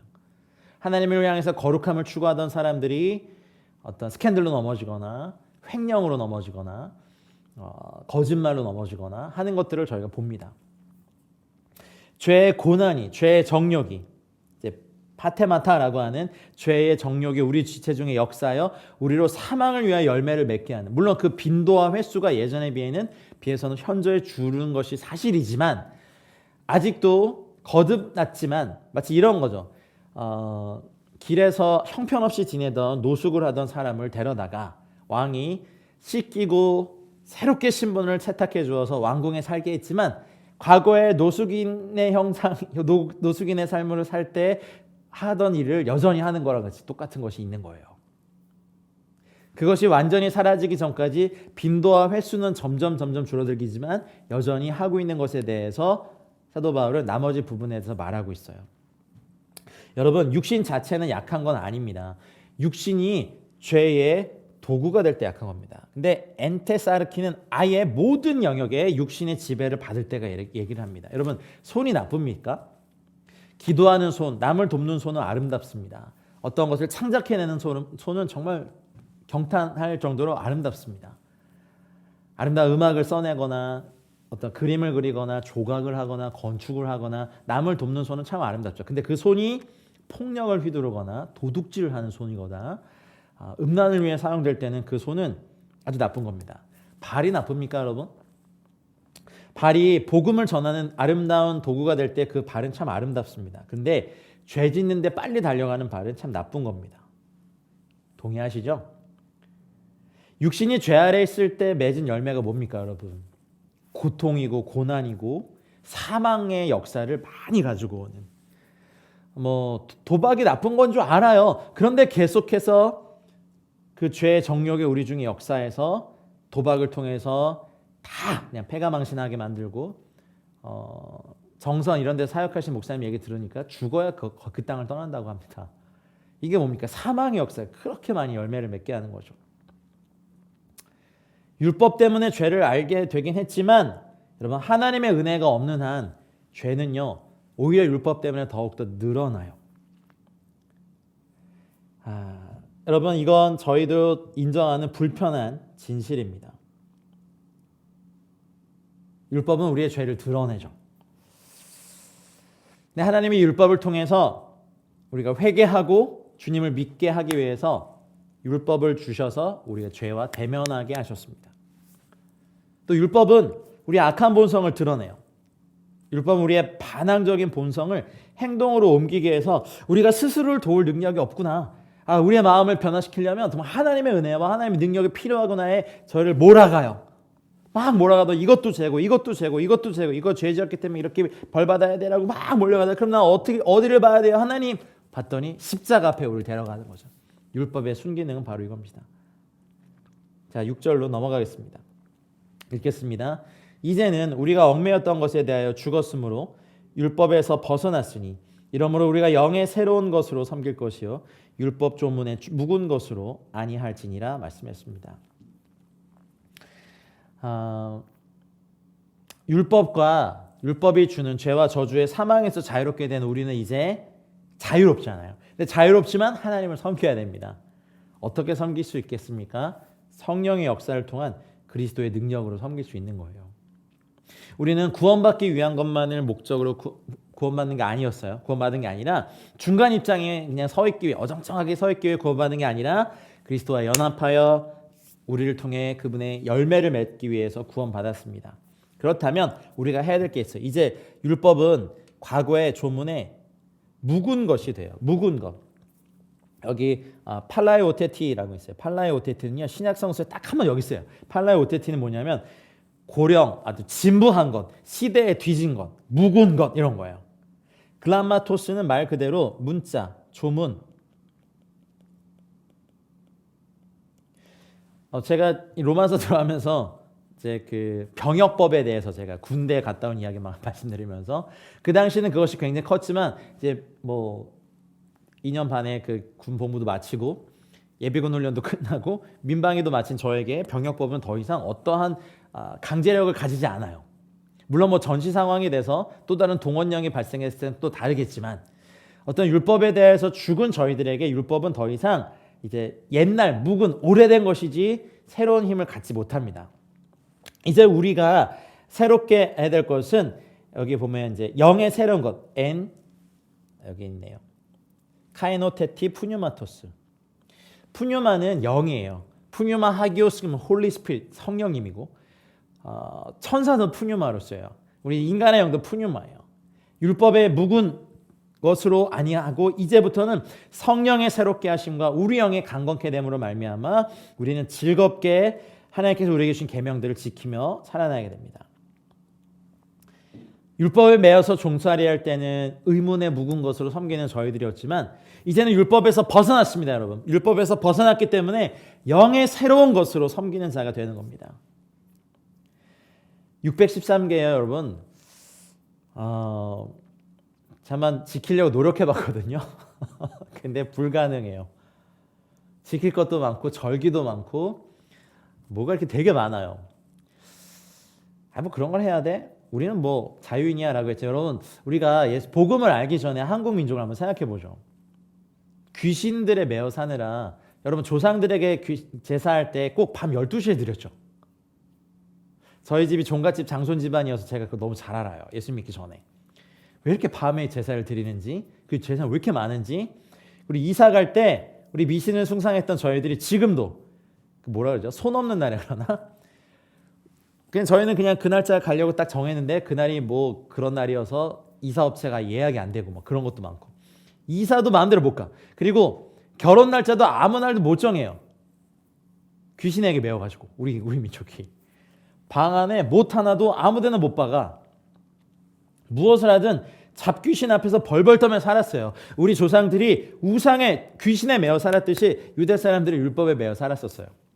그러나 이제 예수 그리스도와 연합해서 율법에서 벗어난 사람은 더 이상 율법과 씨름하지 않습니다. 사망의 몸 기억하시기 바랍니다. 여러분 십자가 보실 때마다 사망의 몸 기억하셔서 내가 묶여있고 내 앞에서 사망의 시체에 썩는 죽음의 그거를 다 감당해야 될 나 대신 주님께서 그걸 담당하시고 우리에게 죽음이 되어주시고 우리가 주님과 연합하여 율법에 대해 죽고 그리스도와 함께 다시 살면서 우리 이제 그리스도와 함께 연합해서 하나님을 향해서 열매를 맺는 것은 영의 새로움으로 하는 것이지 율법 조문에 묵은 것으로 하지 않아요. 여러분 이것은 엄청난 자유입니다.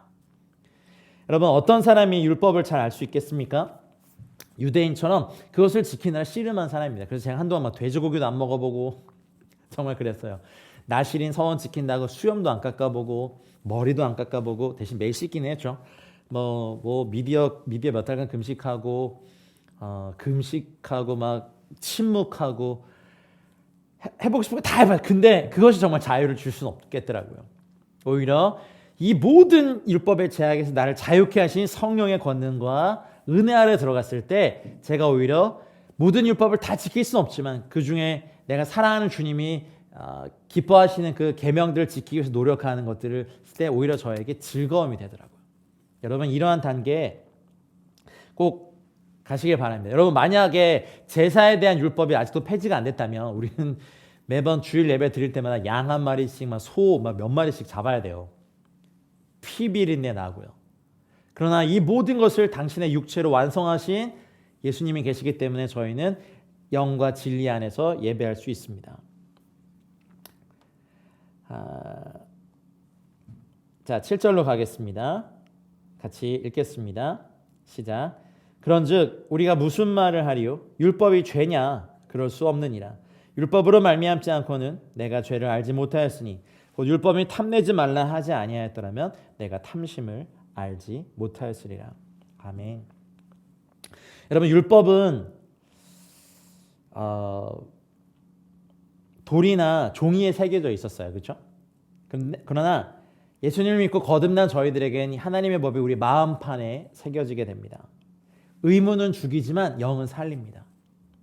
하나님의 말씀 우리가 묵상할 때 여러분 생각으로만 하지 마시고 읊조리시고 하나님의 말씀이 내 마음판에 심령에 새겨지도록 계속해서 하하가 읊조리고 으르렁대고 선포하고 말하고 말씀으로 기도하고 말씀으로 선포하고 말씀을 행하고 하는 일들을 하시길 바랍니다.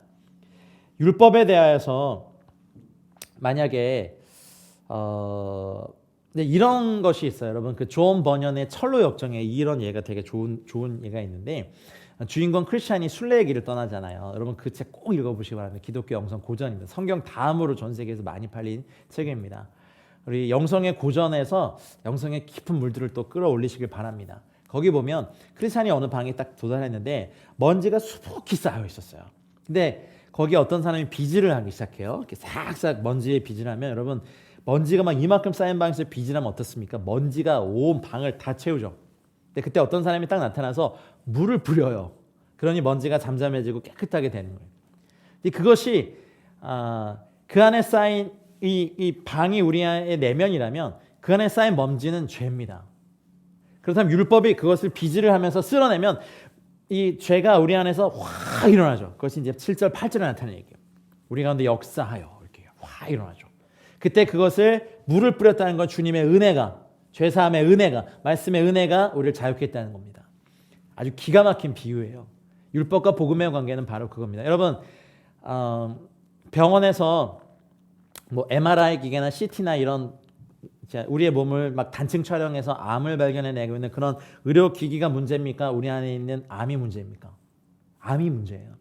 율법이 죄입니까? 아니요. 율법은 선해요. 율법이 없었다면 우리 안에 있는 죄를 발견하지도 못했어요. 사도 바울은 이것을 계속해서 변호하고 있습니다. 복음은 율법이 약속한 예수 그리스도를 소개하죠. 그 모든 먼지를 다 깨끗이 씻게 하시는 주님의 은혜가 저 여러분들 가운데 있기 원합니다. 티운 에르멘 호노모스 하마르티아, 이게 이제 사도 바울의 전형적인 허법이죠. 율법이 죄냐라고 이제 묻죠. 그다음에 메 게노이트라고 하면서 결코 그럴 수 없다라고 말하면서 얘기합니다. 그리고 여기 그 에피디미안이라는 탐심, 아까도 말씀드렸지만 충동, 뭐 욕망, 갈망, 성적 욕망과 정욕, 이게 죄입니까? 여러분 세상 법정에서 만약에 판사가 이재진, 피고 이재진 마음속에 에피디미안, 탐심을 품었기 때문에 징역 3년형에 처합니다. 땅 이렇게 판결하시는 판사 있습니까? 없어요.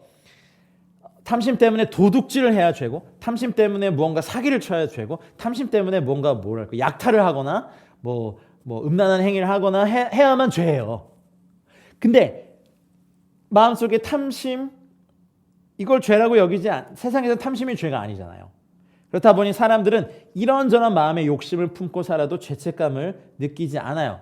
그런데 율법이 뭐라 그러냐면 출애굽기 20장 17절에 마지막 계명 기억하십니까 여러분? 내 이웃의 집을 탐내지 말라. 내 이웃의 아내나 그의 남종이나 그의 여종이나 그의 소나 그의 낙이나 무릇 내 이웃의 소유를 탐내지 말아라. 사도 바울은 탐내지 말라는 이 계명을 보고서 탐심이 죄구나. 아니 내가 그냥 부러워할 수 있고 그냥 탐할 수 있지만 뭐 내가 그렇다고 해서 뭐 속이거나 도둑질한 것도 아니고 뭐 이웃의 아내와 간음한 것도 아닌데 뭐 내가 뭐 이렇게 죄인가? 라고 하는 것이 세상의 기준이라면 아니다. 탐하는 것이 죄다. 탐하는 것을 행하는 건 더 큰 죄다. 다윗도 솔로몬도 우리가 하나님 말씀 모르면 우리가 이미 살펴봤지만 로마서 2장 1절 말씀에 그러므로 남을 판단하는 사람아 누구를 막론하고 네가 핑계하지 못할 것은 남을 판단하는 것으로 네가 너를 정죄함이니 판단하는 네가 같은 일을 행함이라. 이렇게 말씀. 여러분 말씀을 알기 전에는 우리가 이런 것이 죄인지 몰랐어요. 마태복음 6장 25절에 예수님께서 우리에게 그러셨죠. 그러므로 내가 너희에게 이르노니 목숨을 위하여 무엇을 먹을까, 무엇을 마실까, 몸을 위하여 무엇을 입을까 염려하지 말아라. 목숨이 음식보다 중하지 아니하며 몸이 의복보다 중하지 아니하냐. 우리가 이 말씀을 듣지 않았다면 염려가 죄인 걸 모르는 거죠. 형제에 대해서 미워하는 마음이 살인이라는 걸 모르죠. 마음속에 음욕을 품은 것 자체가 이미 간음이라는 걸 모르죠. 바울은 10계명 중에 이 10번째 탐심의 계명을 예로 들어 설명했어요. 아까도 말씀드렸듯이 다른 9개의 계명들은 다 겉으로 드러나요. 그런데 마지막 계명은 오히려 드러나지 않는 계명이 문제인 거예요. 그래서 탐심을 죄로 여기지 않아요. 근데 사도 바울은 이것을 딱 드러냈어요. 예전에 그런 이야기를 들은 적이 있어요. 에스키모가 늑대를 사냥하는 법에 대해서 그 시퍼렇게 날이 선 칼에 동물의 피를 잔뜩 묻힌 다음에 그것을 물속에 넣고 얼린대요. 그래서 피 냄새가 나는 얼음 덩어리를 늑대들이 출몰하는 길목에 이렇게 딱 두면 피 냄새를 맡은 늑대가 다가서 얼음을 이렇게 핥아먹는데요. 근데 얼음을 핥느라 혀의 감각이 없어진 늑대는 마치 칼날에 자기 혀가 베어서 피가 줄줄 흐르는 것도 모른 채 계속해서 자기 피를 핥아먹다가 결국 피를 많이 흘려 쓰러질 때까지 자기 피를 마시다가 죽게 되는 거래요. 이런 게 우리를 멸망시키는 마귀의 전략이기도 합니다. 마귀는 죄의 감각을 죽여서 우리가 죄를 짓고도 무슨 죄를 지었는지 모르게 해요.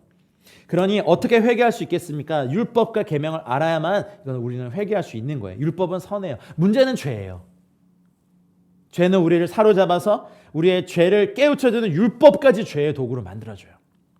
야, 언제 뭐 술 먹지 말라 해서 술 취하지 말라 그러면서 술 막 먹어요.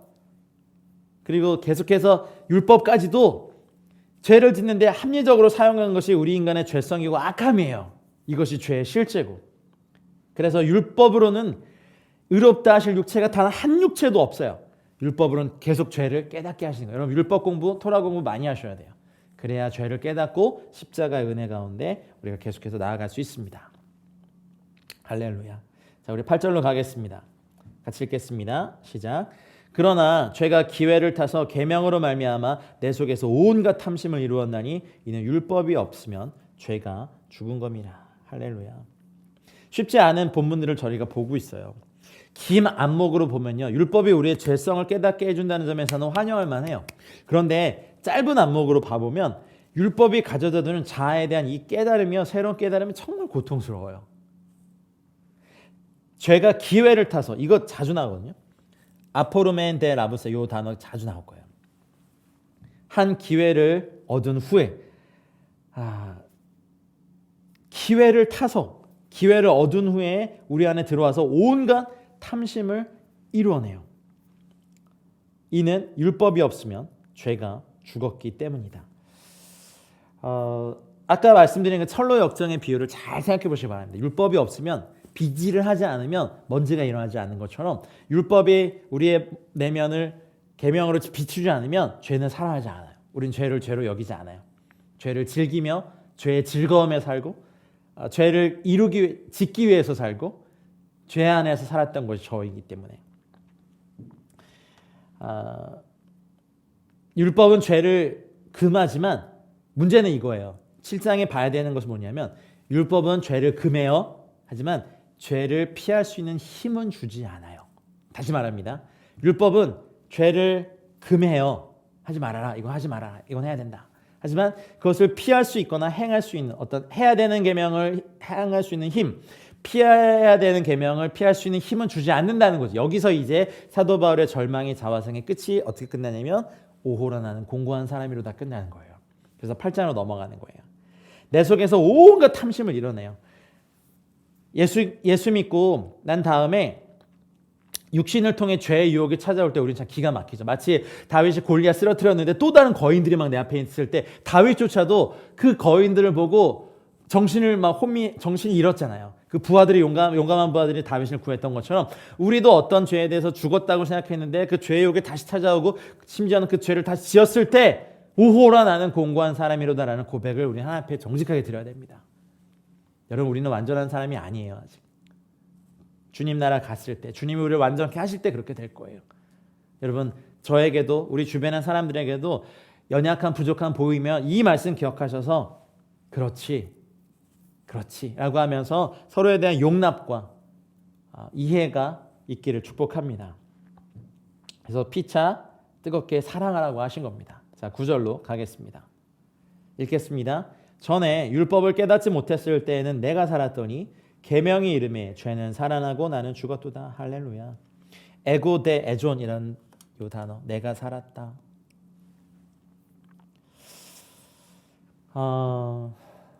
율법의 저주를 일부러 잊고, 사실 모르면 뭐 그냥 살죠. 근데 알면서도 일부러 잊으려고 하는 사람들이 있어요.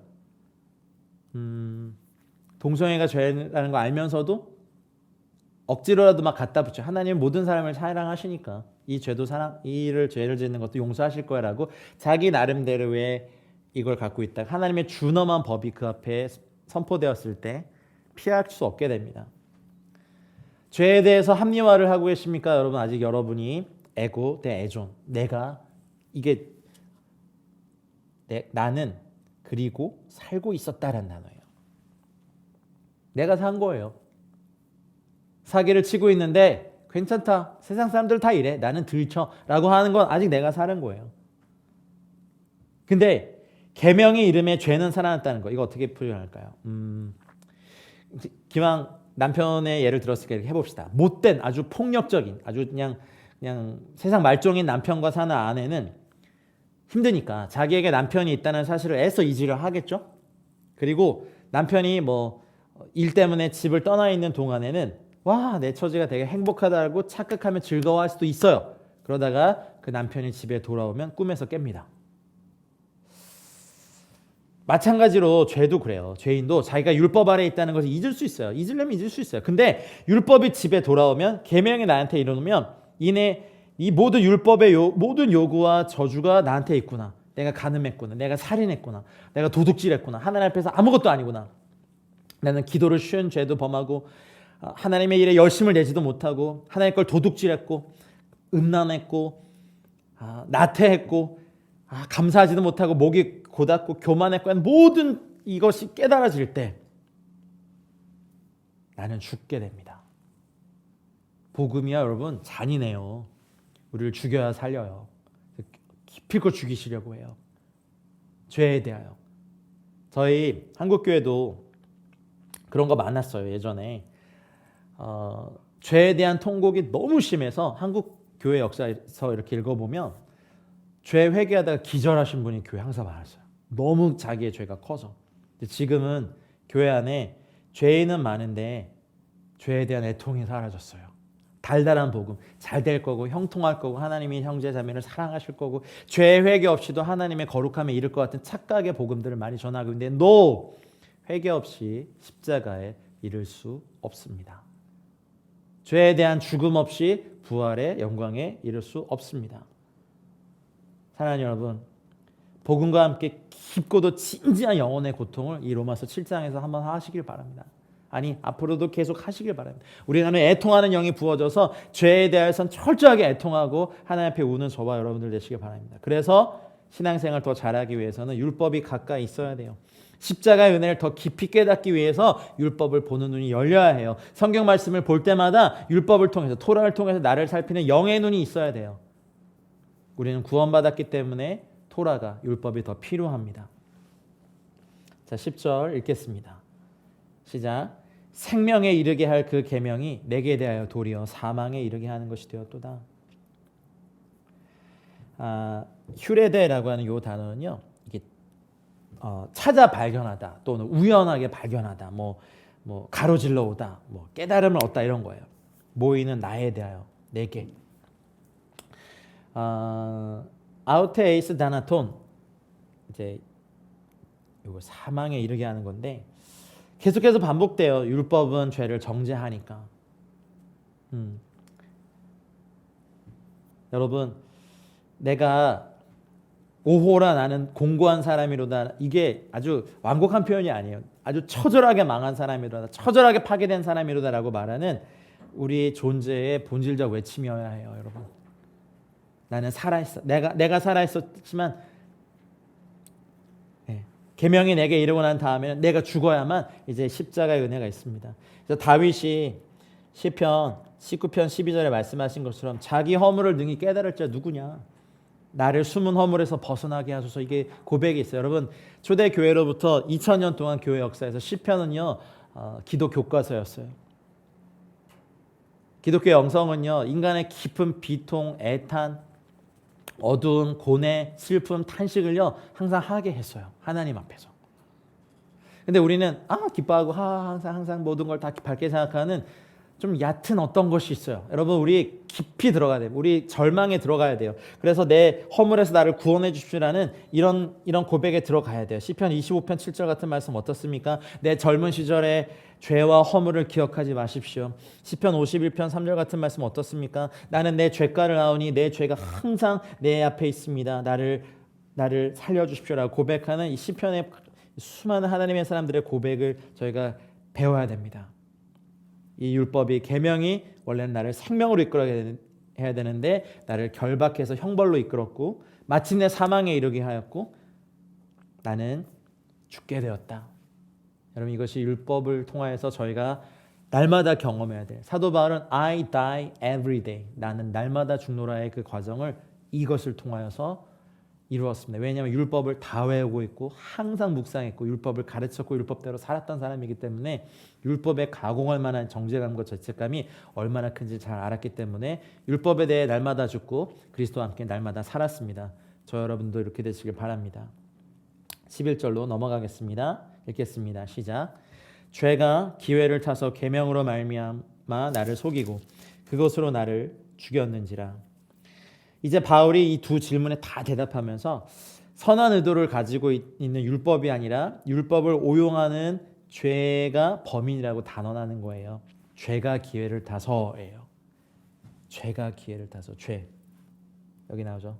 그러므로 해 하마르티아가 율법이 아니라 계명이 아니라 계명은 선해요. 비질을 하면서 일어나는 먼지와 같이 MRI 같은 걸로 몸을 찍어보니까 아주 숨어 있었던 그 암덩어리가 문제인 것처럼 죄가 기회를 타서 계명으로 말미암아 나를 속이고. 오늘날 범죄자를 한번 예를 들어볼까요? 어떤 사람이 법을 어겨서 현행법으로 체포됐다고 가정해 봅시다. 체포돼서 재판을 받고 유죄가 딱 확정돼서 징역 몇 년 땅 했어요. 그러면 자신이 투옥된 것에 대해서 법을 탓할 수 없어요. 이런 법이 있어가지고 이게 아니라 오히려 법이 그의 유죄를 인정하고 판결을 내린 거잖아요. 그 자신은 어느 누구도 아닌 바로 자기 자신과 자신의 범죄 행위를 탓할 수밖에 없는 거예요. 죄인의 신분은 그런. 여러분, 율법은 선합니다. 토라는 선합니다. 하나님의 양심이 그렇기 때문에 그렇습니다. 나를 속입니다, 여러분. 율법을 모른 채 죄 사함을 안다고요? 거짓말하지 마세요. 여러분, 내가 무슨 죄를 사함 받는지도 모르잖아요. 하나님의 말씀 율법을 올 새해에는요 정말 열심히 공부하시고 날마다 그 율법의 저주에서 나를 구원하고 계신, 구원하신, 또 앞으로 구원하실 하나님의 놀라운 십자가의 은혜가 얼마나 큰지도 찬양하는 여러분들 되시길 바랍니다. 그래서 히브리서 3장 13절 말씀에 오직 오늘이라 일컫는 동안에 매일 피차 권면하여 너 중에 누구든지 죄의 유혹으로 완고하게 되지 않도록 하라. 할렐루야. 야고보서 1장 14절 오직 각 사람이 시험을 받는 것은 자기 욕심에 끌려 미혹됨이니. 죄가 율법을 도구로 삼아서 우리를 속이는 거예요, 여러분. 죄가 그래요. 토라 율법이 아니에요. 죄가 그래요. 우리는 DNA까지 죄인입니다. 갈라디아서 2장 16절 말씀도 기억하시죠, 여러분? 율법의 행위로서는 의롭다함을 육체가 없습니다. 자, 12절로 넘어가겠습니다. 읽겠습니다. 이로 보건대 율법은 거룩하고 계명도 거룩하고 의로우며 선하도다. 선해요. 율법이 아니라 죄의 원리가 사람을 죽인다고 말하는 거예요. 여기 세 가지 하나님의 성품이나 율법과 하나님이 거룩하십니다. 여기 하기야라고 하는 거룩함, 디카이야 의로움, 그다음에 아가떼 선함. 하나님의 성품이 그래요. 하나님께로부터 나왔기 때문에 율법과 계명은 하기야 거룩하고 디카이야 의로우며 아가떼 선합니다. 이래도 율법 공부, 토라 공부 안 하실 거예요? 하셔야 돼요, 여러분. 율법은 죄를 깨닫게 합니다. 죄를 깨달아야 십자가의 은혜가 날마다 더 크고 더 풍성하고 아침마다 새로운 주님의 자비와 긍휼을 노래할 수 있고 감사할 수 있고 찬양할 수 있습니다. 죄를 죄로 여기지 않게 하는 이 세대의 이 풍조를 거부하십시오. 죄를 심히 죄로 여기시는 하나님의 법에 우리의 뿌리를 박으십시다. 율법 거룩합니다, 여러분. 율법 디카야, 의로우십니다. 율법은 선하십니다. 이거를 부인할 거는 아무것도 없습니다. 마지막 절 13절 말씀 보겠습니다. 같이 읽겠습니다. 그런즉 선한 것이 내게 사망이 되었느냐? 그럴 수 없느니라. 오직 죄가 죄로 드러나기 위하여 선한 그것으로 말미암아 나를 죽게 만들었으니 이는 계명으로 말미암아 죄로 심히 죄되게 하려 함이라. 이거요.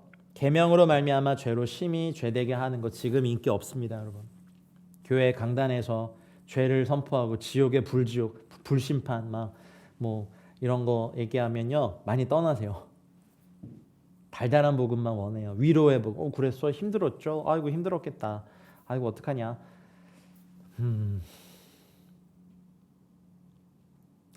하나님을 기쁘시게 할까요? 사람을 기쁘시게 할까요? 여러분 하나님을 기쁘시게 해야 됩니다. 여러분 로마서를 시작하면서 이 코로나 팬데믹 때 로마서가 맞을까?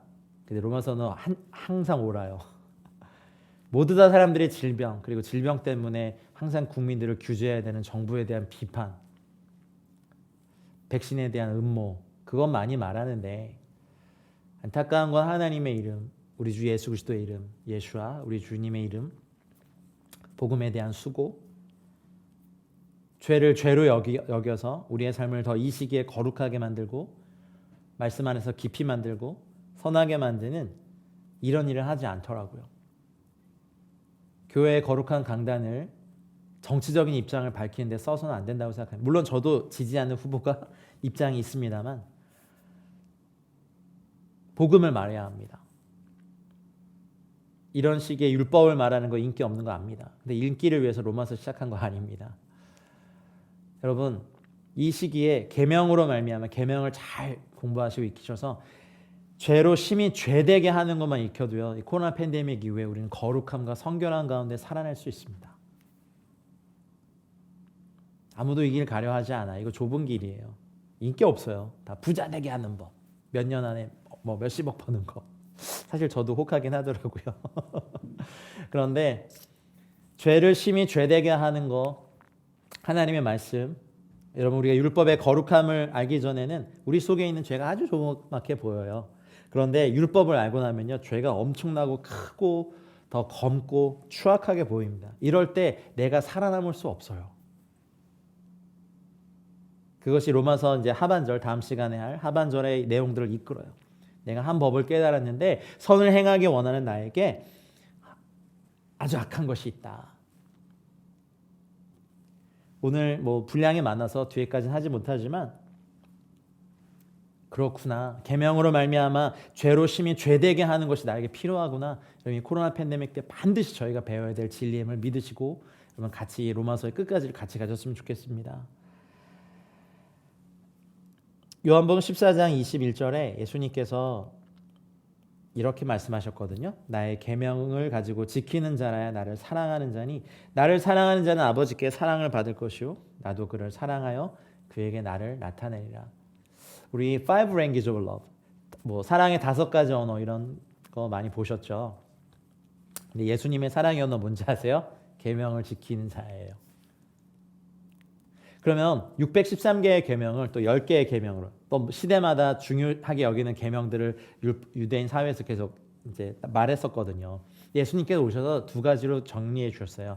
하나님을 온 마음 다해 사랑하는 것과 내 이웃을 내 몸과 같이 사랑하는 이 2가지 계명에 선지자 율법의 모든 강령이 다 들었다고 말씀하셨어요. 한번 하나님의 율법의 엄중함을 보셔야 죄사함의 크기와 넓이와 깊이와 강렬함을 알 수 있고요. 지하 갱도에만 살았던 사람이 있다고 가정하면 그분은 평생에 그곳이 밝다고 생각하지만 태양을 한번 보고 난 다음에 갱도에 다시 들어가면 어떨까요? 그렇죠. 그 빛을 그 밝음을 아니까 여기에 빛을 더 이상 빛이라고 하지 않는 것처럼 하나님의 말씀에 빛 비춘 바 되면 죄에 대해서도 그렇게 그런 입장을 갖게 돼요. 예전에는 여기에서는 괜찮았어요. 죄를 먹고 죄로 살고 죄를 위하여 살고 죄와 함께 살고 또 죄 이걸 다 누리며 살았지만 거룩함을 맛보고 난 다음에는 우리가 더 이상 그곳에 들어가기 원치 않아요. 묻을 수는 있어요. 하지만 보혈로 씻고 십자가로 나아가고 우리가 거룩함을 입을 수 있어요. 우리의 마음은요. 예레미야 17장 9절 말씀처럼 만물보다 심히 부패하고 더러운 것이 우리의 마음이잖아요. 그래서 수천 가지 거짓말을 만들어냅니다. 속지 마십시오. 수천 가지 거짓말의 생각에서 나온 인간의 말도 믿지 마시고 우리가 참고문하시되 그것을 우리의 삶의 지침으로 받아들이거나 계명 수준으로 높이지 마십시오. 우리가 해야 될 것은 하나님의 말씀입니다. 우리가 기도해야 될 것이 있어요. 하나님, 우리에게 자비를 베풀어 주십시오. 율법을 배우면 배울수록 우리는 이 율법에 대해서 다 지킬 수도 없고 율법에서 비추어 보니 나는 의롭지도 않고 이렇게 벌레만도 못한 구더기 같은 죄인이지만 무수한 죄를 저질렀고 사람을 죽였고 간음을 저질렀고 살인을 했고 우리 안에서 낙태를 저질렀고 우상 숭배를 했고 귀신을 섬겼는데 그래서 죄와 저주의 그 가공할 만한 벌을 받아야 되는데 주님께서 날 위해 죽어주심을 인하여 주님 나는 이제 주님과 연합했습니다라는 이 놀라운 십자가의 죄사함의 은혜를 날마다 경험하는 기가 막힌 하루를 매일매일 경험하신 저와 여러분들 되시길 원합니다. 이제 말씀을 맺겠습니다. 율법으로 말미암아 내 자신을 혐오하게 될 때까지 보게 하는 것, 나의 행위로 절대 구원받을 수 없고 우리가 하는 영성 훈련도 구원을 줄 수 없다는 것을 고백하게 되는 건 은혜라고 저는 생각합니다. 기적입니다. 로마서 7장 그걸 위해 쓰여졌습니다. 이건 로마서 7장은 우리를 기분 좋게 하는 말들이 아닙니다. 되게 기분 나쁘게 만들고 다음 시간에 할 로마서 7장의 후반전은 곤고하구나. 나는 철저히 망가져 있구나. 나는 아무것도 아닌 쓰레기 중에 쓰레기요. 구더기 중에 구더기고 더러운 존재구나라고 우리를 몰아가요. 저는 또 이걸 전해야 돼요. 죄를 심히 죄되게 해야 돼요. 죄로 아니다라고 말하는 이 시대에 대해서 죄는 죄고 더욱 심한 죄입니다. 라고 여러분을 죄인으로 만들고 저도 죄인이고. 그래서 사도 바울이 계속해서 나라고 쓰잖아요. 나다. 나를 죽게 만들었고 내가 있을 때 내가 그랬다. 내가 육신에 있을 때 그리고 결국 나는 오호라 곤고한 사람이다까지 가죠. 성령께서 저 여러분들의 마음을 이끌어셔서 여기까지 저희를 이끌어 가셨으면 좋겠어요. 그래야 8장에 들어가면 생명의 성령의 법이 죄와 사망의 법에서 우리를 해방한 기쁨 가운데 우리를 즐거워하며 노래하며 주님 예배할 수 있으리라 믿습니다. 사랑하는 여러분, 로마서 7장을 통하여서 우리가 우리 자신에 대해서 깊이 절망하십시다. 우리에게는 의가 없습니다. 오직 하나님께서 나온 율법이 거룩하고 의롭고 선합니다. 그 거룩하고 의롭고 선한 빛에 비추어 보니까 우리는 철저하게 사망의 덩어리였는데 그리스도와 함께 연합함으로 옛 남편의 율법을 섬길 필요도 없고 이제 주님과 연합해서 하나님을 위해서 열매를 맺는 저희가 되는 것. 이것이 얼마나 놀라운 복음의 능력이고 비밀입니까? 믿음 안에 서십시오. 은혜 안에 서십시오. 진리 안에 서십시오. 성령님 말씀이신 주님께서 우리와 저와 여러분과 영원히 함께 하실 것입니다. 기도함으로 오늘 로마서 7장 스타디를 마치겠습니다. 사랑하는 주님 감사합니다. 철저하게 절망하게 해주십시오. 우리가 얼마나 죄인인지 더 깨닫게 해주십시오. 우리의 죄의 크기가 하나님의 아들 독생자를 십자가에 못 박아야만 사함받는 그런 더러운 죄인임을 알게 해주십시오. 우리는 의롭지 않습니다. 우리에겐 아무런 의가 없습니다. 우리에겐 선이 없습니다. 악하고 부패하고 쓰레기 같고 시궁창보다 더 더러운 냄새가 나는 저희들을 불쌍히 여기사 이제 그리스도와 함께 죄와 저주에 대해서 죽고 그리스도와 함께 연합하여 사는 이 놀라운 비밀을 깨닫는 이 시간들 되게 하여 주십시오. 성령님, 이 코로나 팬데믹 시대에 우리가 더 이상 더 많이 주님 외에 다른 것을 더 많이 말하거나 주님 외에 더 많은 것을 묵상하지 않는 저희들 되게 하여 주시옵소서. 주의 말씀에 우리를 이끌어 주시고 주님의 은혜로 우리를 붙잡아 주시옵소서. 감사와 찬양과 영광 올려드리며 예수님의 이름으로 기도드렸습니다. 아멘.